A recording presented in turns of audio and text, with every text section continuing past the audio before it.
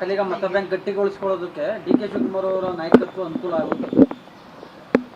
ನಾವು ಒಕ್ಕಲಿಗ ಒಂದಕ್ಕೆ ಅಂತ ಹೇಳಲ್ಲ, ಎಲ್ಲಕ್ಕೂ ಆಗತ್ತೆ. ಡಿ.ಕೆ. ಶಿವಕುಮಾರ್ ಒಕ್ಕಲಿಗರಿಗೆ ಅಷ್ಟೇ ರೆಪ್ರೆಸೆಂಟ್ ಮಾಡಿಲ್ಲ, ಅವರು ಎಲ್ಲ ಕಮ್ಯುನಿಟಿನ ವಿಶ್ವಾಸಕ್ಕೆ ತಗೊಂಡು ಮಾಡ್ತಕ್ಕಂಥ ಒಂದು ಸಾಮರ್ಥ್ಯ ಇದೆ. ಹಿರಿಯ ಸಚಿವರು ಮತ್ತೆ ಸಂಪುಟದಲ್ಲಿ ಮುಂದುವರಿತಾರೆ ಸರ್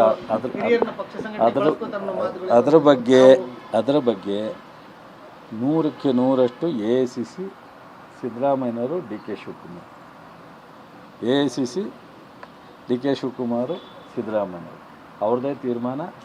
ಸೊ ಅವರು ಯಾವ ತೀರ್ಮಾನ ತಗೋತಾರೋ ಅದಕ್ಕೆ ನಮ್ಮ 136 ಜನ ಶಾಸಕರು 100% ಎಂಡಾರ್ಸ್ ಮಾಡ್ತೀವಿ.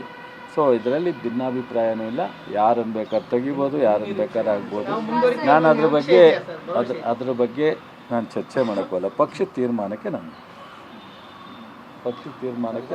ಇಂದ ಮತ ಬ್ಯಾಂಕ್ ಗಟ್ಟಿಗೊಳಿಸಿಕೊಳ್ಳೋ ನಿಟ್ಟಿನಲ್ಲಿ ಸಿದ್ದರಾಮಯ್ಯಗೆ ವಾಟ್ ನೆಕ್ಸ್ಟ್ ಪೊಸಿಷನ್ಗೆ ಅದು ನೋಡಪ್ಪ, ಅವರು ರಾಜಕಾರಣದಲ್ಲಿ ಇರ್ತೀನಿ ಅಂತಾರೆ. ನಮ್ಮ AICC ಅವರು ರಾಜ್ಯಸಭೆಗೆ ಬರಬೇಕು ಅನ್ನೋದನ್ನು ಎಕ್ಸ್ಪೆಕ್ಟ್ ಮಾಡಿದ್ದಾರೆ. ಅವ್ರು ಇಲ್ಲಿರಲಿ, ರಾಜ್ಯಸಭೆಗೆ ಹೋಗಲಿ, ಆ್ಯಕ್ಟಿವ್ ಪಾಲಿಟಿಕ್ಸಲ್ಲಿ ಇರ್ತೀನಿ, ನಾನು ಸಕ್ರಿಯ ರಾಜಕಾರಣದಲ್ಲಿ ನಾನು ಮುಂದುವರಿತೀನಿ ಅಂತ ಹೇಳಿದ್ದಾರೆ. ಸೊ ಯಾವುದೇ ವಿಚಾರದಲ್ಲಿ ಈ ಸರ್ಕಾರ ಅವರನ್ನು ಒಂದು ಸೆಕೆಂಡು ಬಿಟ್ಟು ಹೋಗೋ ಪ್ರಶ್ನೆ ಇಲ್ಲ. ಎಲ್ಲ ಇದರಲ್ಲೂ ಜೊತೆಯಲ್ಲಿ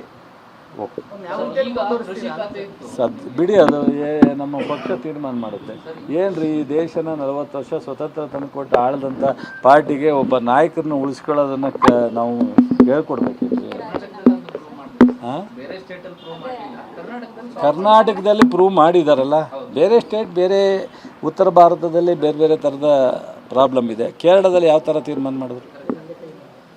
ಸೊ ತೆಲಂಗಾಣದಲ್ಲಿ ಹೆಂಗೆ ಸ್ಮೂತಾಗಿ ಇದಾಯಿತು? ಸೊ ನೋಡಿರಿ, ಕರ್ನಾಟಕದಿಂದನೇ ಸ್ಟಾರ್ಟ್ ಆಗುತ್ತೆ. ಕರ್ನಾಟಕದ ಗಾಳಿ ಬಿಹಾರ UPಗೂ ಹೋಗುತ್ತೆ.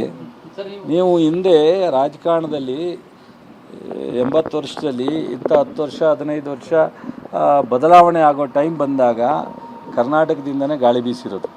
ಇವಾಗಲೂ ಆ ಥರದ್ದು ಬರುತ್ತೆ. ಎಲ್ಲ ಪಕ್ಷಕ್ಕೆ ಬಿಟ್ಟದ್ದು. ಮುಖ್ಯಮಂತ್ರಿಗಳು, ಪಕ್ಷ ಮತ್ತು ಮಾಜಿ ಮುಖ್ಯಮಂತ್ರಿಗಳು,